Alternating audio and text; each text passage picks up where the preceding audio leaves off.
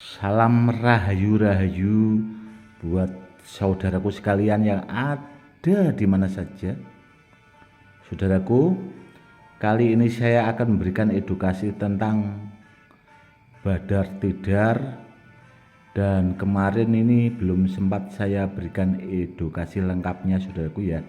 Karena kemarin itu kan belum saya warangi, namun sekarang sudah kita lihat perbedaannya karena sudah diwarangi, dia semakin bagus, dan yang jelas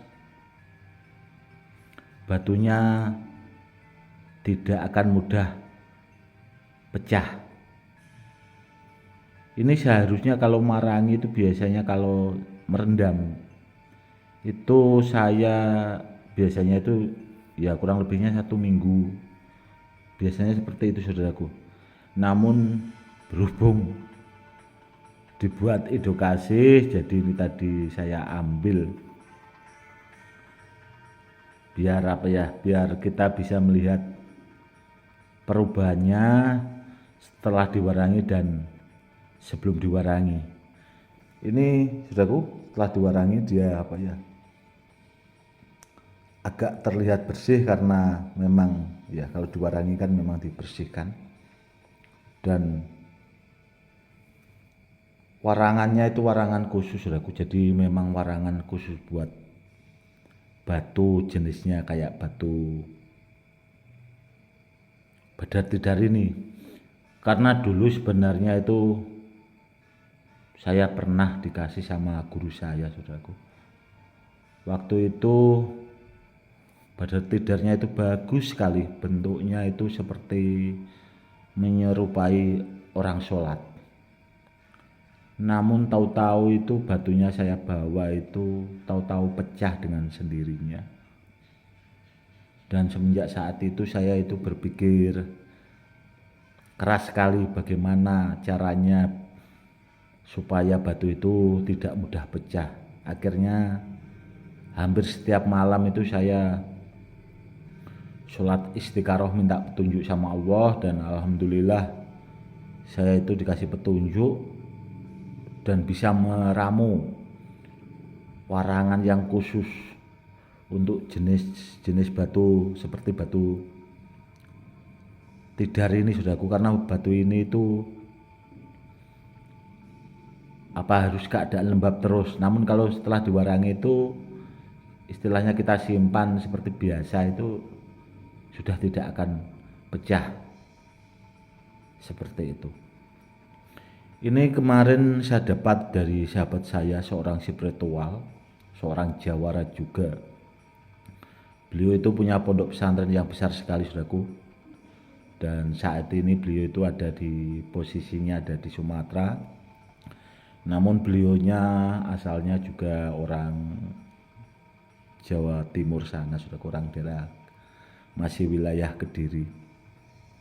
Memang beliau itu ahli dalam bidang kanuragan, itu memang sudah banyak terbukti, dan murid beliau juga sudah banyak sekali saudaraku, sudah ada kalau puluhan ribu.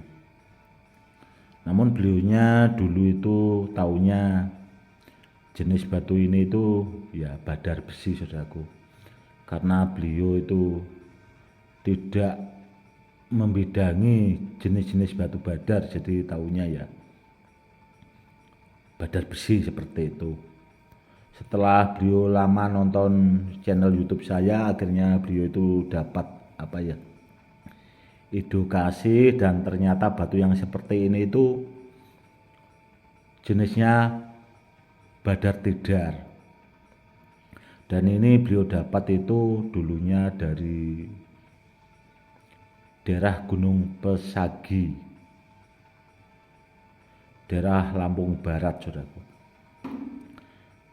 Dan yang menjadi pertanyaan saudaraku, kalau saudaraku paham, kenapa badar tidar ini kok ada di Gunung Pesagi? Dan seharusnya badar tidar seperti ini itu kan adanya di Gunung Tidar, di daerah Gunung Tidar Magelang sana, saudaraku. Pasti ada sesuatu di balik itu kalau kita bisa memahami, kalau kita memang membidangi. Harusnya sampai, saudaraku. Kita berpikirnya harusnya sampai. Namun kan banyak orang yang tidak tahu juga.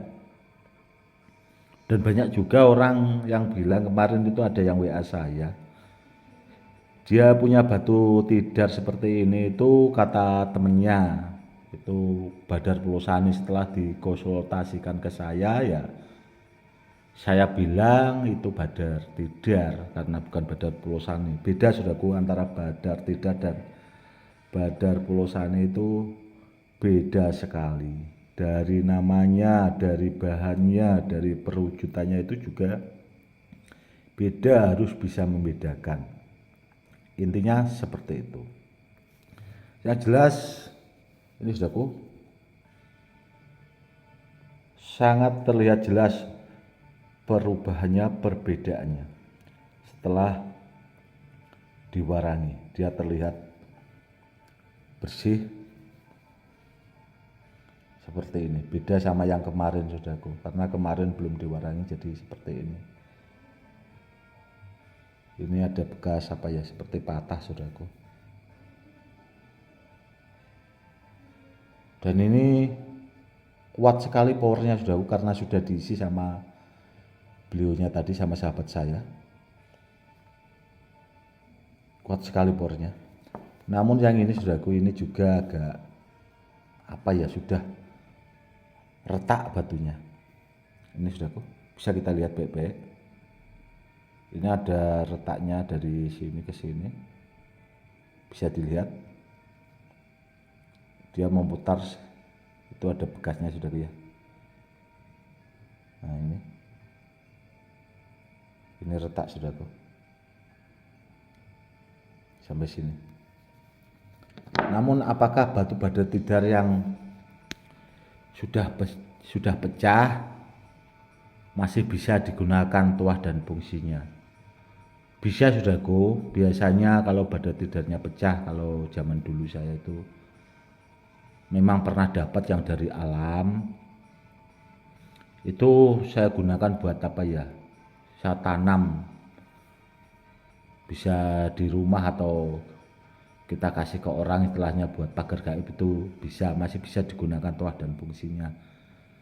Dan sahabat saya juga itu biasanya kalau mengisi orang itu menggunakan media pecahan batu tidar juga, saudaraku, buat keselamatan kanuragan. Tapi kalau saya, kalau ngisi orang pakai batu Badar Tidar itu belum, saudaraku, belum pernah. Namun kalau pakai Badar Pulosani itu sudah pernah. Sudah pernah. Sebenarnya begini, saudaraku ya. Badar Tidar ini memang ada yang dari alam, ada juga yang barang peninggalan, saudaraku. Saya dulu pernah memang pernah dapat dari alam, dan kebanyakan rata-rata barang yang saya simpan itu barang peninggalan, saudaraku. Rata-rata barang peninggalan, meskipun itu Badar Tidar. Namun saya dulu pernah ke daerah Gunung Tidar Magelang itu, waktu itu saya dapat cindera mata, kalau nggak salah itu ada kalau beberapa biji, namun sudah lama sekali. Dan barangnya itu sudah dibagi-bagi sama murid-murid saya, jadi sudah nggak ada, sudah dibawa sama murid-murid saya. Dan yang saya simpan untuk saat-saat ini rata-rata barangnya barang peninggalan semua, seperti itu. Sebenarnya bagus sekali tuah dari Badar Tidar itu, sudah. Ya sudah banyak terbukti itu buat anti santet, saudaraku, penangkal anti santet. Banyak orang juga yang meremehkan soal santet, namun kenyataannya kalau sudah kena santet atau teluh itu ya baru bahasanya bingung sendiri, pusing sendiri. Ya, sebagian orang memang tidak ada juga yang tidak percaya, namun ada juga yang seperti itu kejadiannya. Mau percaya nggak percaya itu hak pribadi masing-masing. Namun kalau sudah kena itu saudaraku, itu repot juga.